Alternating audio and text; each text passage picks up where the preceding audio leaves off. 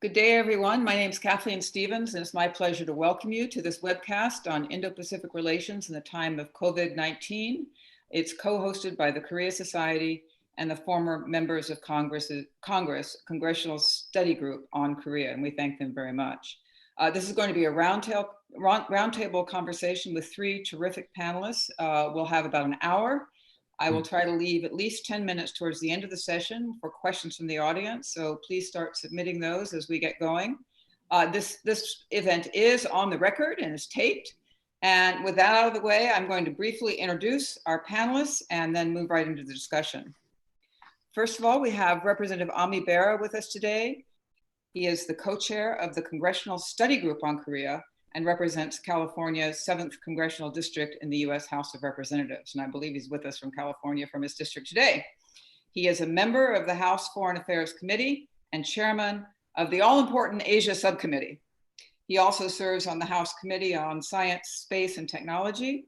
He is a medical doctor, and during his 20-year medical career, he worked to improve the availability, quality, and affordability of healthcare. And I trust is still doing so. Our second panelist is Ambassador Seoung-hyun Moon. Ambassador Moon has been here in Washington since October 2019 as the Deputy Chief of Mission at the Republic of Korea's embassy in Washington, D.C. He came to Washington from Prague, where he was the Korean ambassador to the Czech Republic.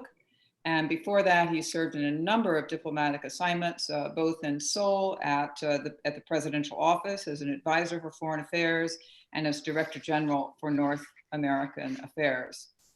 Our third panelist, Dr. Mukesh Aghi, is the President and Chief Executive Officer of the U.S.-India Strategic Partnership Forum. He has extensive experience working with business and government leaders in the U.S. and India to promote trade and strengthen ties between our two countries. Previously, he was the chief executive and member of the board at L&T Infotech, chairman and CEO of the Asia-Pacific region of Steria Inc., and president of IBM India. So you can see we have a very distinguished panel with broad, wide experience, and I can't think of a better group to talk about what we actually mean by the Indo-Pacific and why it's important. I think most people who've joined this conversation probably know that, but you know, the Indo-Pacific is a term of statecraft that's been around in the American lexicon for a while, and I think in the region, the Trump administration talks about a free and open Indo-Pacific. They even have an abbreviation for it, this being the American bureaucracy of FOIP. I know that in India, Prime Minister Modi, when he came into office, turned from I think a longstanding slogan of look east to act east. And President Moon Jae-in in Korea has a southern strategy. So I think these are all parts of thinking about how our countries interact within the Indo-Pacific space. And so I would just like to ask each of our speakers, perhaps starting with Congressman Bera, to give us your overall thoughts about what is the Indo-Pacific vision as you see it for yourself or our respective countries, and to what extent do our shared democratic values and the important economic ties between and among the three countries that we represent here today lead to a shared vision? And if there are some differences, you know, what are those? And of course, since we're talking about the COVID, in the midst of this pandemic and global economic crisis, a few initial thoughts maybe on what the impact of where we are now on this vision going forward. So Congressman Bera, may I turn to you first? Great, thanks Ambassador Stevens for that question. There's a lot in there, so I will try to keep my comments short and tight. I think it's obvious the Indo-Pacific strategy is part looking at the maritime security strategy and making sure that there are open waterways for trade and the movement of goods and commerce. So that's part of it. But I think the Indo-Pacific strategy also is an economic strategy as well. You know, as you look at the movement of goods and trading partners, you know, increasingly Korea and India have a strong relationship, and you know, as you know, part of the U.S. strategy going back to the 1990s has been to strengthen the U.S.-India relationship. Obviously, the U.S.-Korea relationship is one of our strongest alliances. And you know, when you think about that, it's not either or China. I mean, certainly there's an element of competition with China, but for all the nations in the region, you know, I believe China is probably the Republic of Korea's biggest trading partner, and certainly India has a major trading relationship with China. So, I think sometimes the countries in the region think, well, this is a China strategy. Certainly there's an element of competition with China, and certainly as China exerts, its influence on the South China Sea and intimidates some of its smaller neighbors, certainly there's an element of that maritime security piece. But I think how we think about it on the subcommittee on Asia, and I think how we're trying to direct Congress to think about it is, everyone's going to trade with China, but can we make China a more responsible trading partner and a more responsible competitor in the region? And it's not either the US or China, because I think that would be the wrong way to think about this. In the era of COVID-19, there's, if you look at the Korean response to this pandemic, there's a lot for us to learn, that the Republic learned from, their experience with SARS and MERS. And we've been in constant communication with our Korean counterparts to take those lessons learned and think about how we apply those in our own domestic response to this. The embassy and the strength of that partnership between the United States and Korea is evident in the Republic stepping up to help us with our diagnostic testing capabilities and personal protective equipment. So that's hugely important. With regards to India, one thing that the pandemic really exposed was this over dependency of a supply chain on one single source, in this case, that being China. And conversations with the Indians, particularly, they have a very well-developed pharmaceutical space. For some of the precursor elements to many of the medications and hopefully the treatments that we eventually come up with, India can create that redundancy that is beneficial to the rest of the world. And I think there's opportunities for strengthening that relationship. And the Trump administration and the Modi administration have been working pretty closely to look at what that looks like. So I'm optimistic that this relationship and broader Indo-Pacific strategy can, as we come out of this, can actually strengthen and grow.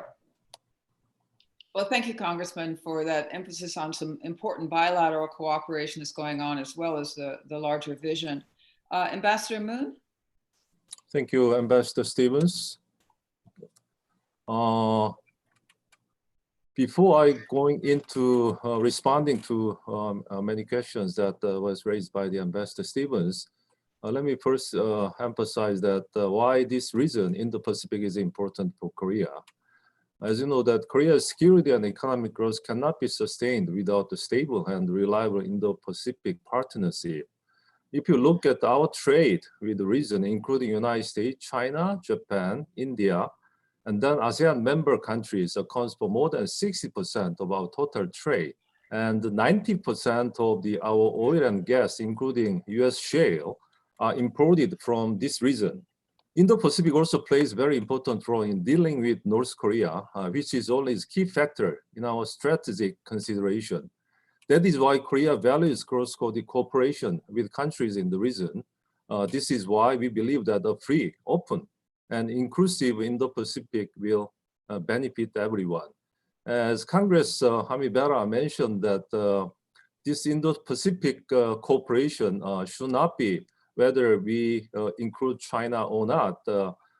I think this cooperation should be more than that. This cooperation should focus on how we can promote prosperous and safer Indo-Pacific, which will be good for the many countries. You talked about like democratic values, which is shared by our three countries, United States, India, and Korea.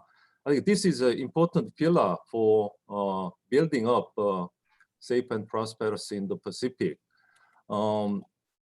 As Ambassador Stevens mentioned that my president, proposed a new Southern policy, which mainly focused on our strengthened cooperation with ASEAN member countries and India. I think it is mainly because that under the confrontation between the United States and China, Korea tried to expand its kind of sphere of the diplomacy, by strengthening ties with the countries in ASEAN and then India. And with India, we have like a special strategic partnership. Also, I mean, we have like a frequent visit of the head of the states between two countries. But in our relations with India, it is more or less kind of the focused on bilateral aspect, including kind of trade and investment and so on. But now, I mean, we are talking to each other how we can expand that relations into the regional context, including the cooperation with the ASEAN member countries.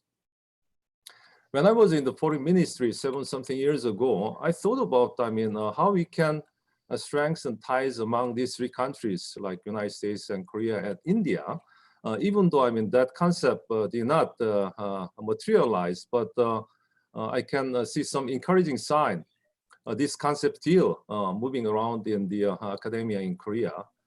And finally, I want to mention that some recent initiative by the United States, by the Undersecretary of the State Department, Mr. Biegun, since the COVID-19 outbreak, that he had some regular telephone dialogue every week with 7 countries, including United States, Korea, Japan, Australia, New Zealand, and India and Vietnam. I think this is not kind of the formal grouping of the country within the Indo-Pacific, but I think, I mean, this can testify that how we can grouping a country in terms of the responding to some pandemics such as like this COVID-19.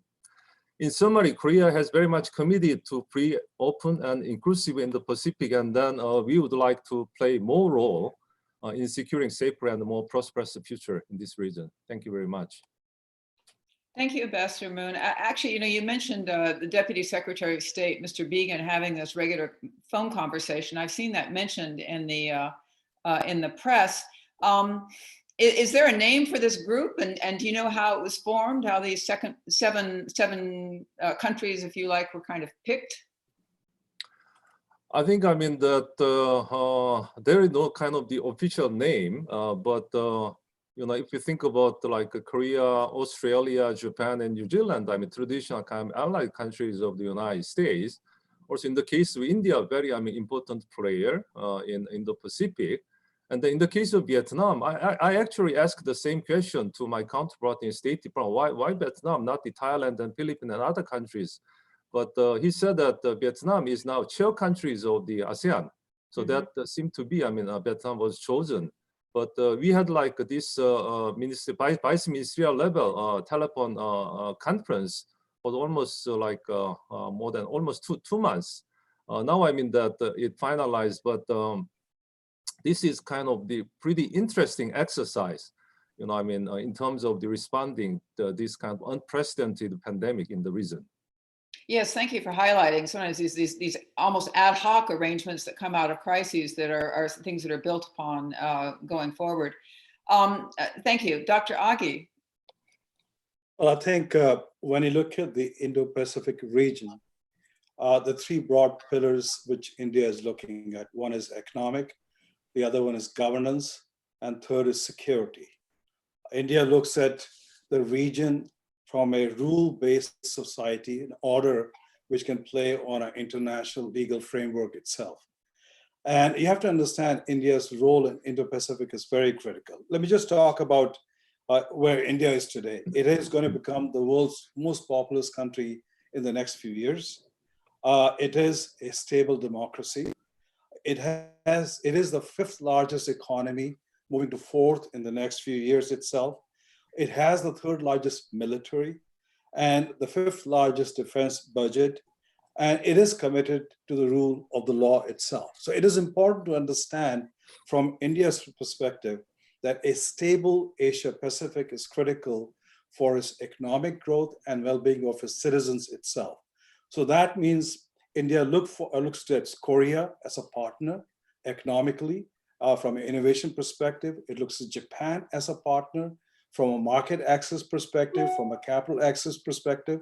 So India looks at US as a very critical partner. And I think when you look at during the COVID crisis, India played a very pivotal role to ensuring that the supply of drugs from India are reaching out, not only just to the US, to 87 different countries. So it has played a very critical role ensuring the supply does not get interrupted. India has a long relationship with China, in the sense it shares a border which is 3,000 kilometers long and which is not completely settled. In fact, what we are seeing today is as India gets closer to the US, we are seeing skirmishes happening on the border with China, on Sikkim, in Ladakh, and also China leveraging Pakistan to poke at India in Kashmir itself. So India has to have a very fine act or walk a very fine line, ensuring while there's a sense of stability, its economic growth is not impacted, it is able to attract global investment into the country. So India's focus is very simple. Let us partner with like-minded countries. Let us focus on economic agenda and make sure that there's peace and prosperity in the region in the foreseeable future. Thank you for that overview. You mentioned, or you alluded to a more assertive China, and I want to drill down a little bit on that because although I think each of you have said in some way that the vision of Indo-Pacific, a free and open Indo-Pacific, is not one that is directed against China. The reality is that certainly U.S.-China relations are probably at a worse state and there's more tensions in the U.S.-China relationship than there has been, I would say, since Tiananmen, maybe even more than that.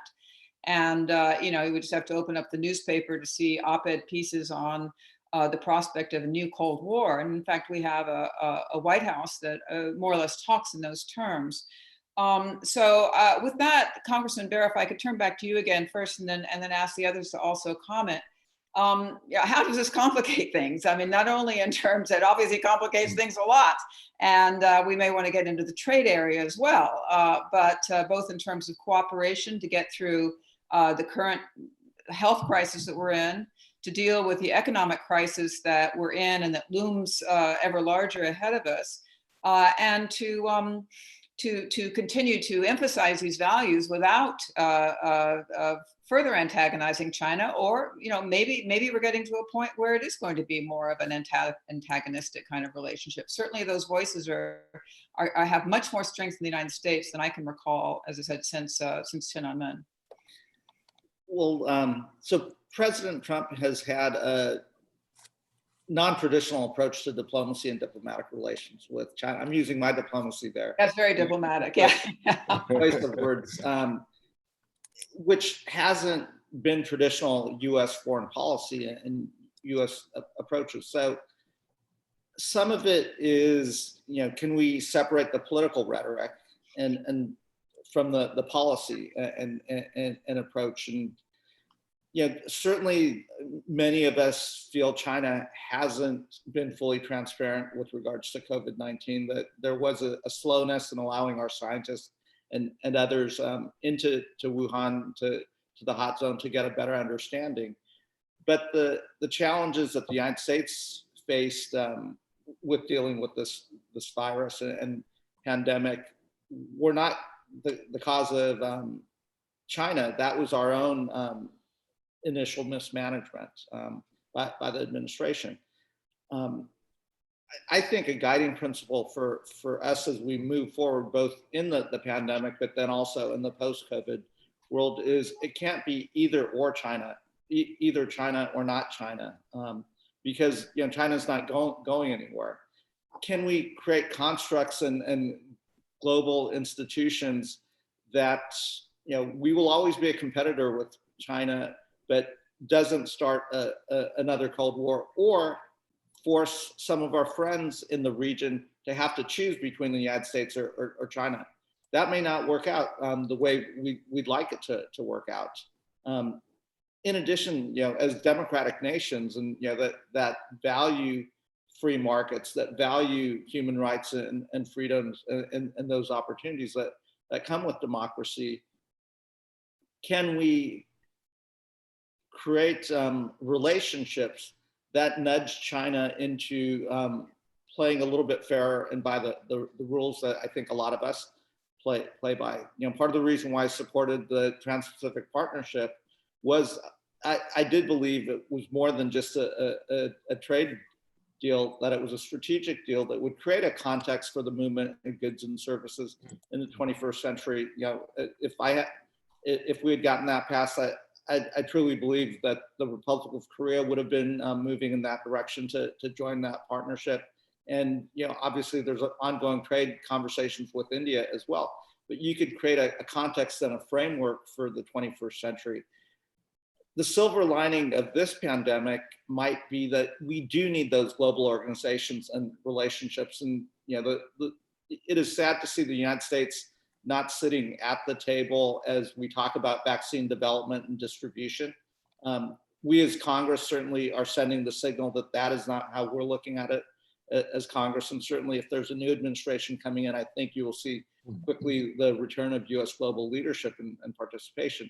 But the reality is, we don't know who's going to come up with the vaccine first. We don't know if we will need several different types of vaccine, one that will be more effective with seniors, one that might be more effective in nursing home, one that might be more effective with kids. But we don't defeat this virus until we produce 6 billion doses to 7 billion doses of vaccine, vaccinate the entire world. The logistics and supply chain issues here for glass vials, syringes, a global health workforce to get this accomplished is going to take global cooperation. And in that context, this is probably our post-World War II moment in our lifetimes. Can we, the organizations and alliances that came out of World War II really did benefit the world for the past 75, 80 years and create some peace and stability. Can we, create new organizations that create that peace and stability and prosperity as we come out of this pandemic, which feels very much like what we were dealing with coming out of World War II, where you had economic devastation as well as human devastation. And that would be my hope. And that would be, I don't know that the Trump administration will change it, go it alone approach, but I do hope Congress will rise to the occasion. And if there is a new administration coming in, that we do return to US global leadership, but also US global partnership as we deal with this. And that this will be a transformational moment. Well, if I may, Congressman, you mentioned, you reminded us we have an election here in November. If I may ask you a somewhat political question, I guess, I mean, to what extent do you think that China or US relations with China will be a major issue in the November election? I mean, obviously you've got the presidential election and all the others, but, and I would say that China has often been a bit of an issue in our elections. I mean, it looms, but certainly there's an effort to highlight it this year. I think China is going to be central to President Trump's re-election strategy, and that'll be reflected down ballot in Republican races. You see that the danger there is we're going to have to work with China to deal with this global pandemic, and we will have to try to maintain the relationship and open lines of communication.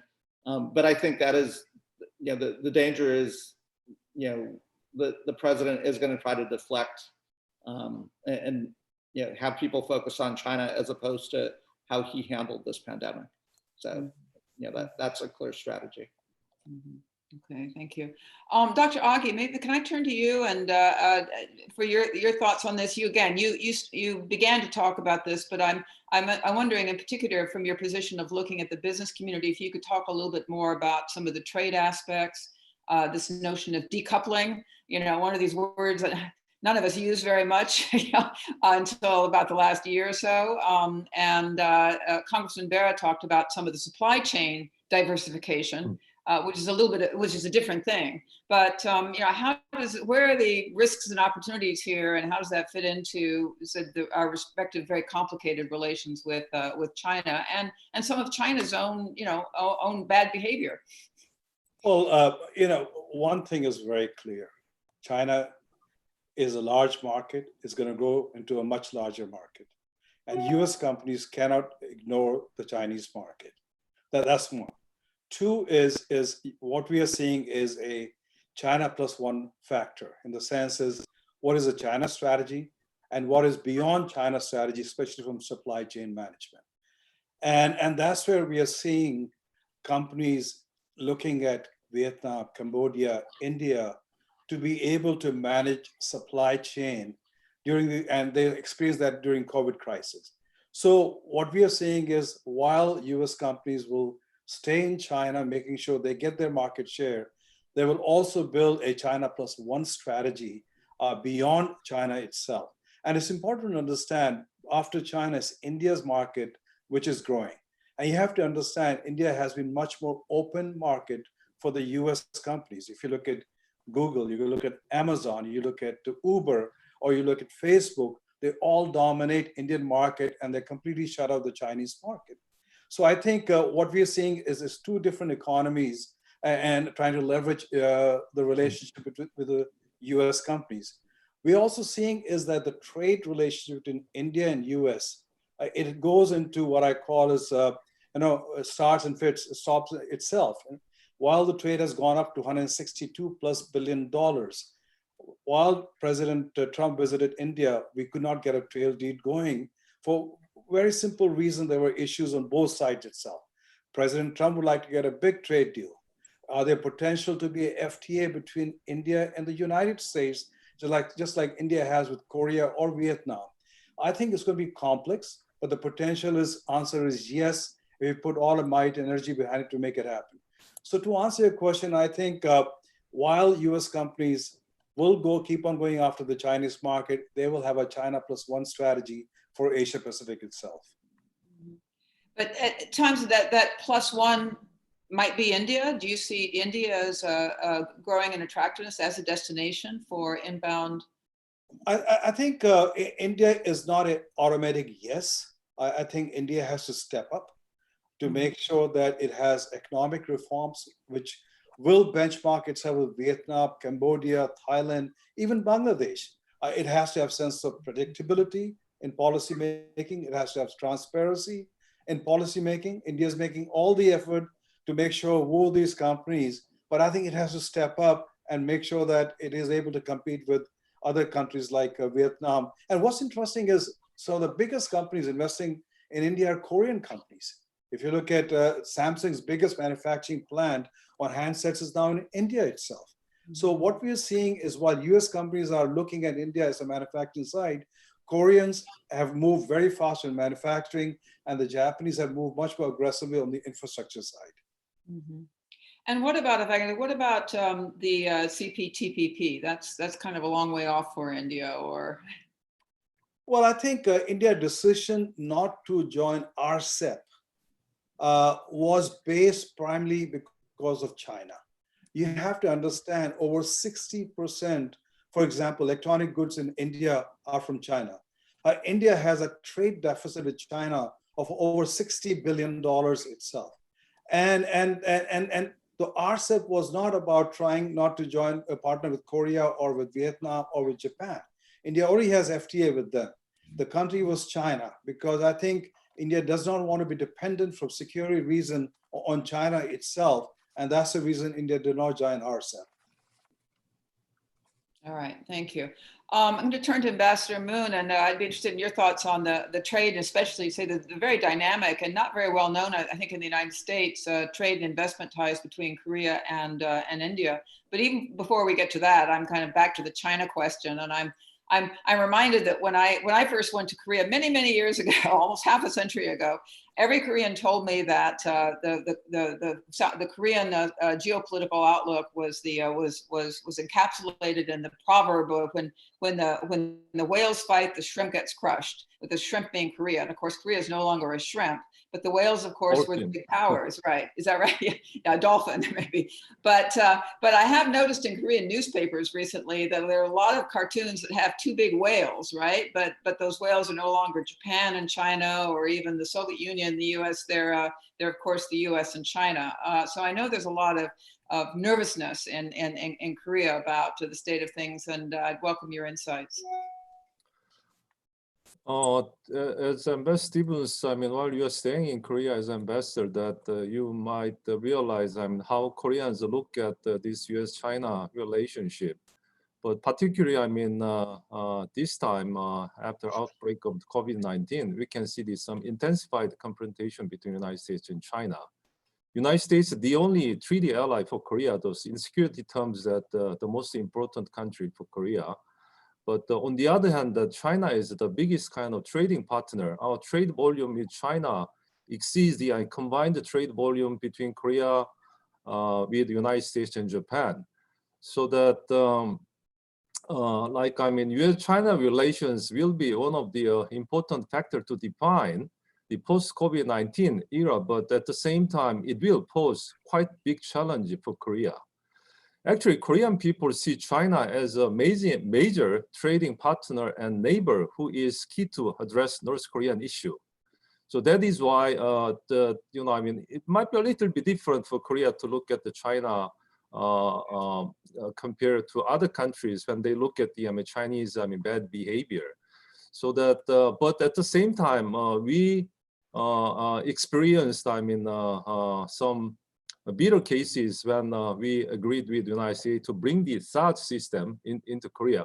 So that is why we are very much well aware of how China can be in the case of such kind of big issues happen to their countries. So that I would like comment 2 points. One is that then how we can address these challenges coming from China.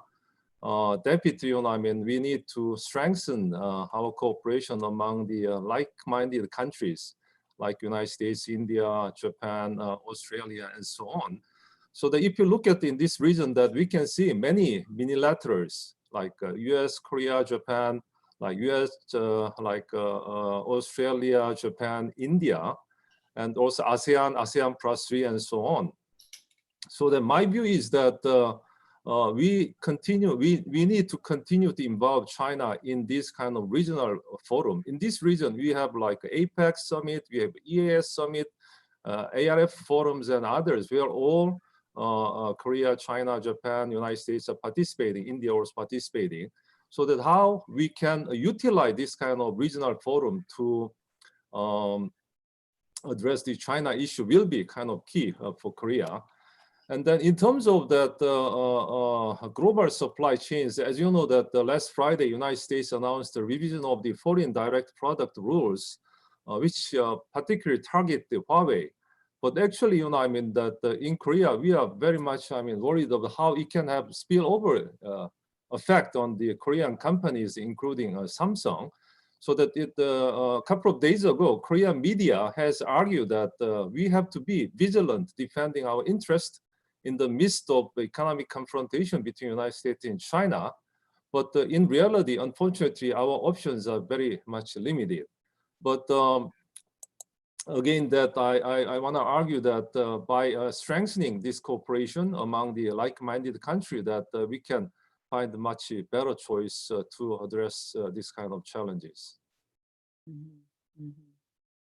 Thank you. Thank you. I want to turn back. I also want to add again that others are welcome to interject if you like. I don't want to make this entirely a Q&A kind of thing between me, but Congressman Bera, you mentioned and talked a bit about the Trump administration's approach, in particular to the COVID-19 crisis, and I'm not the only one to reflect. I mean, we see a lot of people reflecting something that I think those of us who've been around for a while, it's hard. Well, in fact, I cannot think of a global crisis since in the last 70 years, and I'm not quite 70 years old, but since kind of the rise of US leadership in post-World War II, where, for better or worse, the US has not taken the lead. And it's very notable. And it's somewhat disconcerting, I guess, to those of us who've been around and kind of expected that we're going to step up and be there. And I was thinking about that as I read about, you alluded to this, the meeting of the World Health Organization yesterday. I guess it was a virtual meeting in Geneva, but with people all over. And just as, as an old time diplomat, kind of reading about how, Xi Jinping got up and kind of gave a speech and said a lot of nice things, and other world leaders got up and said things. And the US made a lot of demands, which basically, as I knew, were kind of not exactly ignored, but sidelined, while a lot of America's allies and partners, got together, Asia, Europe, and came up with something to try to move the ball forward. So it makes me think. I guess I'm moving beyond my moderator role. What does it say about the future of American leadership? I mean, is it, and how is this regarded in the world? I mean, we are an election year here. Maybe that will be part of the discussion as well. I hope it will be. But Congressman, I really welcome your sense of how it looks. I mean, from Congress, from your district, and our other participants from your country's perspectives. Certainly, it's of real concern to me as well. And I think it's of concern to our friends and allies around the world to have the absence of not just the United States sitting at the table with the other nations, but also leading. And I do think that issue will be on the ballot, because if we do want to see a return of US global leadership, you have a candidate who, Vice President Biden, who's 36 years in the Senate as chair of Senate Foreign Relations, as vice president. We know what his approach to U.S. global engagement is because of the long history of his service to the country. We have a very good understanding of how President Trump views foreign policy and global engagement. So there will be a clear choice on this. In the midst of a global pandemic, and Ambassador Stevens, I agree with you that this is a global event that is unlike anything that we've seen since the damage and destruction from World War II. And this will be a test of not just American character, but global character of how we move forward. And we should put in the context of we're really only in the first few innings, if I use a baseball analogy, of this pandemic. Most of us, putting my public health medical hat on, do believe we'll see a resurgence of the virus in the fall, winter. We know the virus isn't going to magically just disappear. And we have to learn how to work together to manage this. And most of us, realistically don't see having a vaccine that is safe and effective for 12 months, but then the production, distribution, all the logistics that go with that, we're gonna have to learn how to live and work together for the next 24, 48 months while the virus is still circulating, spreading. And I think that's a reality. I would hope that the United States steps forward as still the world's largest economy, does our fair share. It may be different than the post-World War II era when we really were the global economy, and I actually think what we did post-World War II and the Marshall Plan, rebuilding Europe, helping rebuild Japan, post the Korean War, working with the Republic of Korea. You see that we created these big economies, we created stable democracies and stable alliances and friendships, which also created some peace. I don't know what the global economy is going to look like after 12, 24, 48 months of a global pandemic, but it will require all of us working together. And, it is my hope that, the next administration, it is going to engage and lead on these issues, but lead in partnership with Korea, with Japan, with India, and others that are like-minded allies. And again, I can't reiterate that we're not coming out of this pandemic. We're still in the very early innings of this pandemic. And none of us knows exactly what the next few innings look like. It's a marathon without a Stevens, identifiable. Yes. I think, I mean, that I also want to make one comment about the leadership of the United States in the context of the Indo-Pacific. There are some worries in Korea in two folds. One is that like whether United States will be committing to security and in this region, including like Korean Peninsula in the post-COVID era, in the context of US-China relationship. It is because that as a part of the global posture review, United States can have choice to move around like US troops stationed not only in Korea, but also in Afghanistan, in the Middle East, and so on. So that we want to be assured that how much United States leadership is committed to this kind of security in the region. I think it is because, I think it is very important because it can have some implications on the kind of alliance kind of the structures. Secondly, I mean, I also want to comment that US leadership in the multilateral organization, including WTO and WHO, so that without US leadership, what I can see this, I mean, important organization, not only in terms of the addressing the COVID-19 crisis, but also, I mean, addressing the accompanying economic crisis, it will not be kind of the possible. But up to now, what I can see is that I didn't see that kind of leadership from the United States. Then if United States did not provide that kind of leadership, my question is that what can be the alternative for that, like European Union or like ASEAN or like cooperation between India and Korea can be an alternative. I'm just wondering that what kind of alternative can be found out in the absence of your US leadership?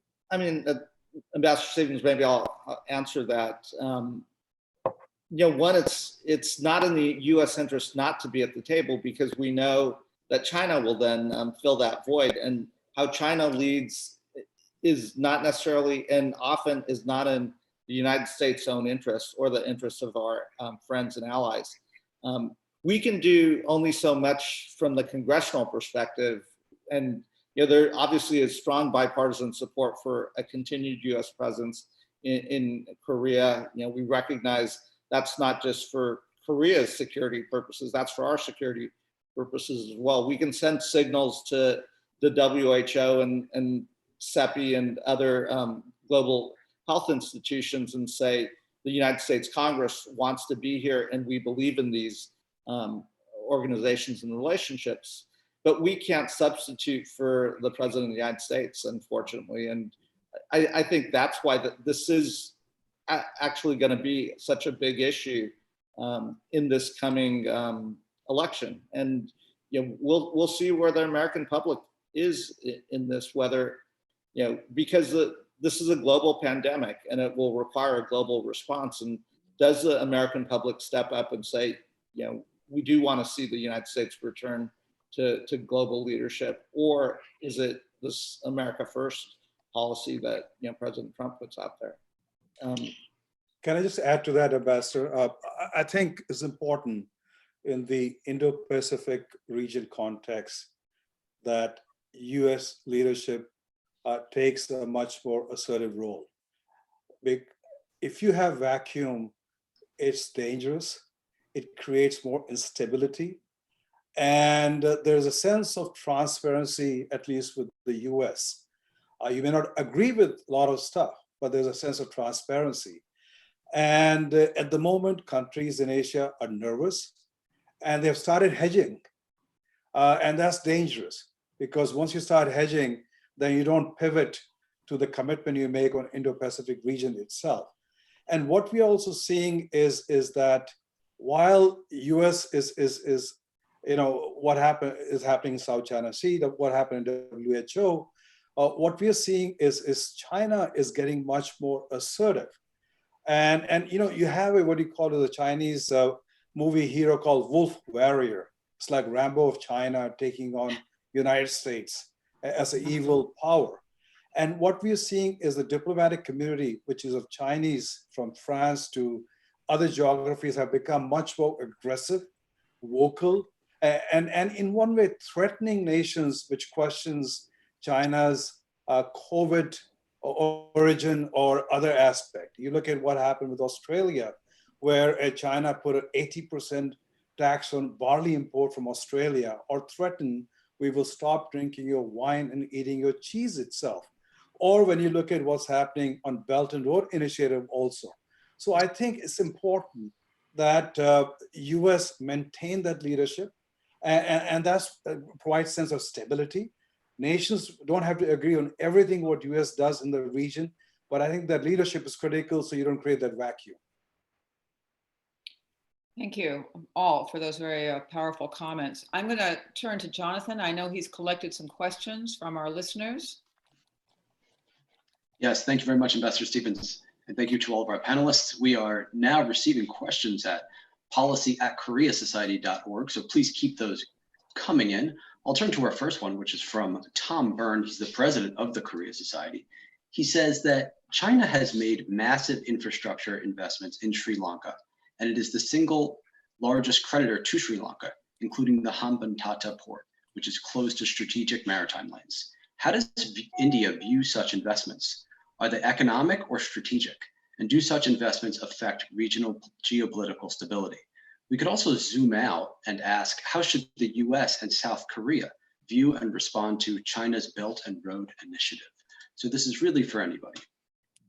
Yes, maybe I'll take a crack at that. I was in Colombo in February before everything shut down, and then subsequently in India. And you know, when you have those conversations with you know, in the region, and yeah, I don't know if can you guys hear me? Yeah, sure. Okay. Yes, yes. When you have those conversations in the region, they'd much rather do business with the United States. But if we're not there, if we're not providing that aid, and you know, because they recognize, Ambassador Moon, you know, touched a little bit on the economic coercion strategy. You know, we saw a little bit of it when we deployed THAADs to the Republic of Korea, you know, when tensions were high, and you know, China cut off the tourist flow and everything else, and that's just not what a good partner does. You know, talking to, you know, President Rajapaksa, they understand that, you know, given the level of debt Sri Lanka has, you know, what China is doing, and that wasn't, you know, necessarily a good strategic move. And you know, that's where we, along with India, along with Korea and Japan and Australia, New Zealand, have to have a counter strategy. I know India and Japan are investing and building a port there in Sri Lanka as well. And we may not, as any one nation, have enough in terms of resources to compete solely against the billions of dollars that China is putting in. But as like-minded allies and nations, we should band together to think about how we, you know, for developing nations, how we direct aid and development and work together to create stability. I don't know, Mukesh, if.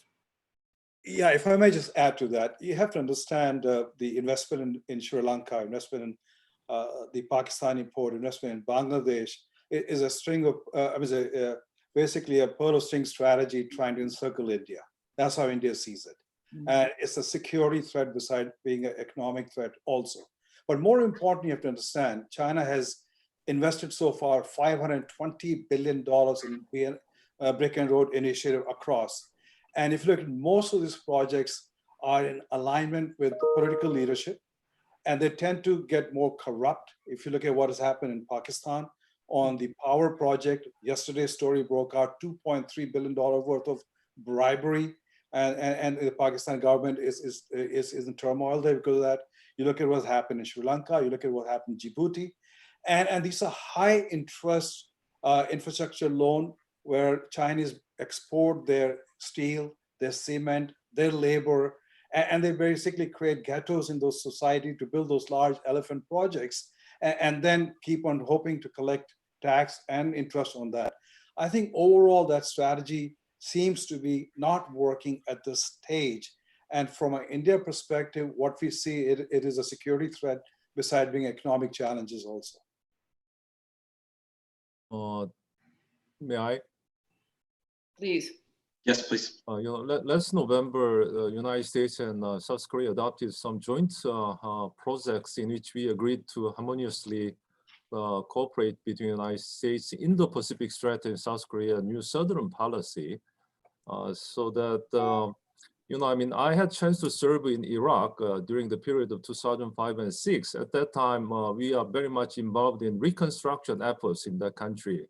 And I found that while working with, the US counterpart, that there is some complementarity between Korea and the United States. So that, as the previous speakers mentioned, that we might not match with, that huge amount of money, which can be provided by the Chinese, Belt and Road Initiative. But what we can provide alternative is that we can focus on transparency, we can focus on good governance, by pulling together all those available resources from Korea, from India, from Japan, from Australia. I think that might be one of the way to counter the Chinese, like Belt and Road Initiative. Also, one thing interesting to me is that because of relations with the United States and China, that we have been taking the approach to be open to cooperation with the US Indo-Pacific strategy. Also, at the same time, we are open to the Chinese, BRI. But interestingly enough, that we do not have any response at all from the Chinese side. So that is why just we keep developing our cooperation with only with the United States. Great, thank you very much. Our next question is from David Roden, and it's a question about Taiwan. David asks, do any of the speakers have thoughts on Tsai Ing-wen's Southern strategy and Taiwan's role in the region? And David asks particularly about the WHO not allowing Taiwan observer status. What are the implications for that on multilateralism going forward? I'll answer from the congressional perspective. Certainly, there's bipartisan strong support for China at least having observer status in the WHO. I think allowing Taiwan that observer, especially because we've seen how Taiwan responded to COVID-19, and there's a lot of lessons to be learned. It makes it hard though when we're at war with the WHO as well. And I'm not defending the WHO. I think it's not a perfect organization. But it has been going through some necessary reforms. But again, if we're not at the table, if we're not participating, well, we lose our leverage and influence. Yeah. Okay, thank you very much. Any other thoughts on that one? I think from an India perspective, China is the largest trading partner, but Taiwan has been a friend for a long, long time. And I think our thinking for government of India is while China leverages Pakistan from every aspect, I see no reason why India can't leverage the Taiwanese investment technology, especially in the chip area, and also 5G to make sure that India's security networks are safe itself. So I think India should explore that partnership much more. Thank you. Are we ready to move on to the next one? This one is from MR Mehta, and it's for Ambassador Moon. He would like to know, Ambassador Moon, how do you see the future of China-led trading partnerships such as RCEP? And then abstracting out a little bit, what is the impact of COVID-19 on the BRICS group? Is it stagnant right now? Do you think it will disintegrate? And anyone can pick up that BRICS question as well. Let me first time address the first part of the question. We have agreed on to launch, the RCEP to increase the kind of trade among the member countries. But one thing that I'm regretful is that the kind of the what is it that what is it that now the 11 countries like initiated by United States and Japan. What's the name of that? I just forgot the name. Not the CPTPP, no. The new Yeah, TPP. that's right. Yeah, that's right. That's right. So that I think that should be utilized in promoting the free trade in the region. Even though at that time Korea was not the initial member of the TTP, but unfortunately, without participation of the United States, that trade kind of the bloc cannot be fully launched in this. And now, 11 countries are just participating with the leadership of Japan, as far as I know. But when you look at the Indo-Pacific region, we also have like many different kind of the trade kind of the mechanism, including like APEC. So that Korea position is that we try to utilize every possible regional economic mechanism. At the same time, Korea is well connected to the other trading countries through the FTA, including the recently modified FTA with the United States. So that Korea is a trading countries. We are very much depend on our growth on trade, so that we will be fully do whatever we can do to promote free trade in the region. You know, I continue to have conversations with the other 11 partners in the CPTPP, or whatever it's called now. I'll call it TPP. With the hope, and that they're consistent that they have a placeholder for the United States to come back in. What that exactly looks like, given our own domestic politics around trade, I'm not exactly sure. But I again, a Vice President Biden, who certainly was a champion of TPP, I can see a scenario where you re-engage, and the domestic trade conversation has changed pretty dramatically from where it was in 2015, 2016. So I think there's opportunities there. If you look at the USMCA, the new NAFTA, a lot of the elements that we negotiated in TPP are really at the basis and the foundation of this new USMCA treaty. So I'm always an optimist. I'm going to look for the best. And then just on the BRICS question and the COVID-19 question, it's hard to really know what all this looks like. When you think about Brazil, they're being hit pretty hard by this pandemic. When you think about Russia, it looks like Russia's starting to get pretty hard hit. And one thing I worry about is the first instinct of many nations is to downplay how bad, and not freely collect the information. Unfortunately, we're seeing that here in the United States and certain states as well. And if we want to deal with this and truly understand this virus, we're going to have to try to create a transparent framework. India is a really interesting. I would have thought India would get hit pretty hard, and that may happen in later innings. But to shut down a country of 1.3 billion people and stay at home, and we're not seeing the case rates that I would have thought that we would have seen out of India. But again, we're in the early innings here, and we don't know what this looks like. I think it's hard to project what the economic piece of this will look like as we go into later innings, and and how we rebuild a global economy. I mean, this virus is going to disrupt every country, and put us into certainly a global recession, potentially a global depression. And again, I think it'll be important for like-minded, like-valued countries to really step up and think about what that 21st century economy looks like. We've recovered before, and we can recover again.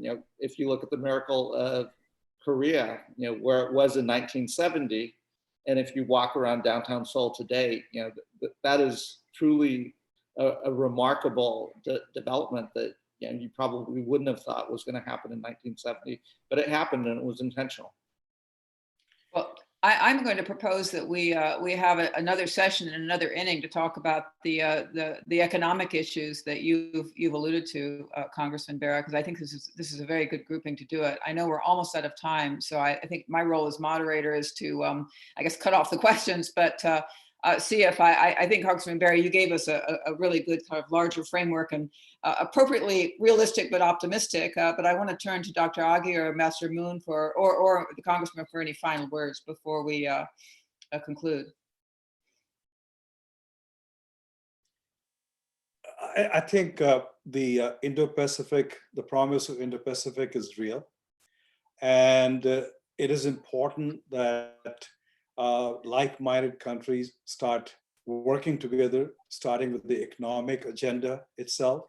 The Quad is working on the maritime security aspect, which is moving very, very well. In fact, if you look at last 2 years, there have been more joint exercises between India and the United States than any other country in the world itself. From a trade perspective, I think both India has to look at US as a strategic partner to ensure that it's able to get investment technology. It has to look at Korea as a partner, especially on the manufacturing side. It has to look at Japan as an investment destination, more from an infrastructure side, because there's abundance of capital there. India, 1.3 billion people, that market is going to grow. There's no other choice. And I think this provides opportunity for Koreans, the Japanese, the Australians, and the Americans to leverage that growth story for the benefit of its organization as citizens. So I strongly feel that Indo-Pacific promise is real. We just need to go execute it a little faster. Ambassador Moon, any final words? We have seen many challenges to the current system, and we'll see many more, from anti-globalism to fourth industrial revolution to the next global crisis. Could be another pandemic or like climate changes and so on. But what I know for sure is that no one country can cope with this coming challenge alone.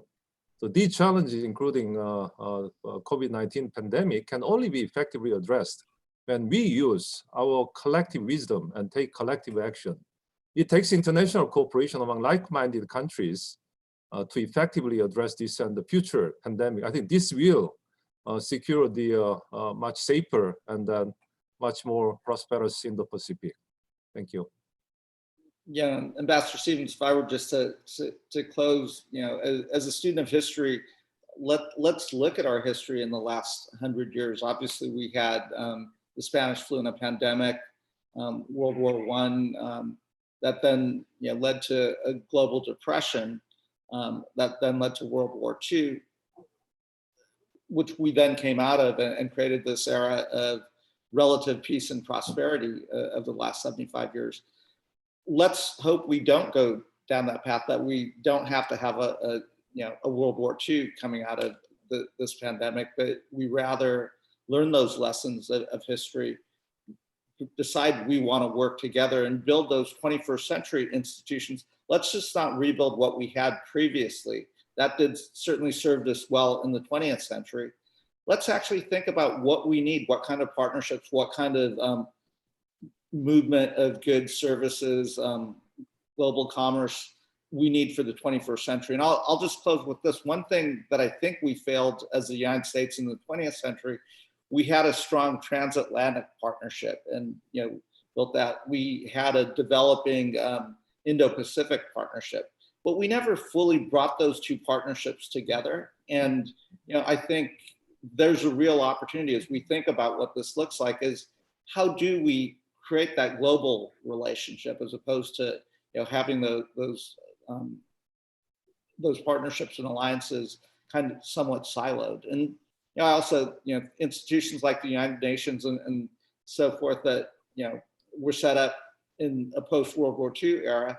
Let's actually modernize those institutions. None of the politics of this is going to be really easy, but maybe the pandemic gives us an opportunity to actually bring the United Nations and the UN Security Council into the 21st century to reflect today's world, not the world of post-World War II. So I'm an optimist. I really do believe with intentional leadership, we can get through this, but then let's create what we need for the 21st century. Well, thank you. We started off talking about a vision for the Indo-Pacific. I think we're ending with talking about a vision for a post-crisis world.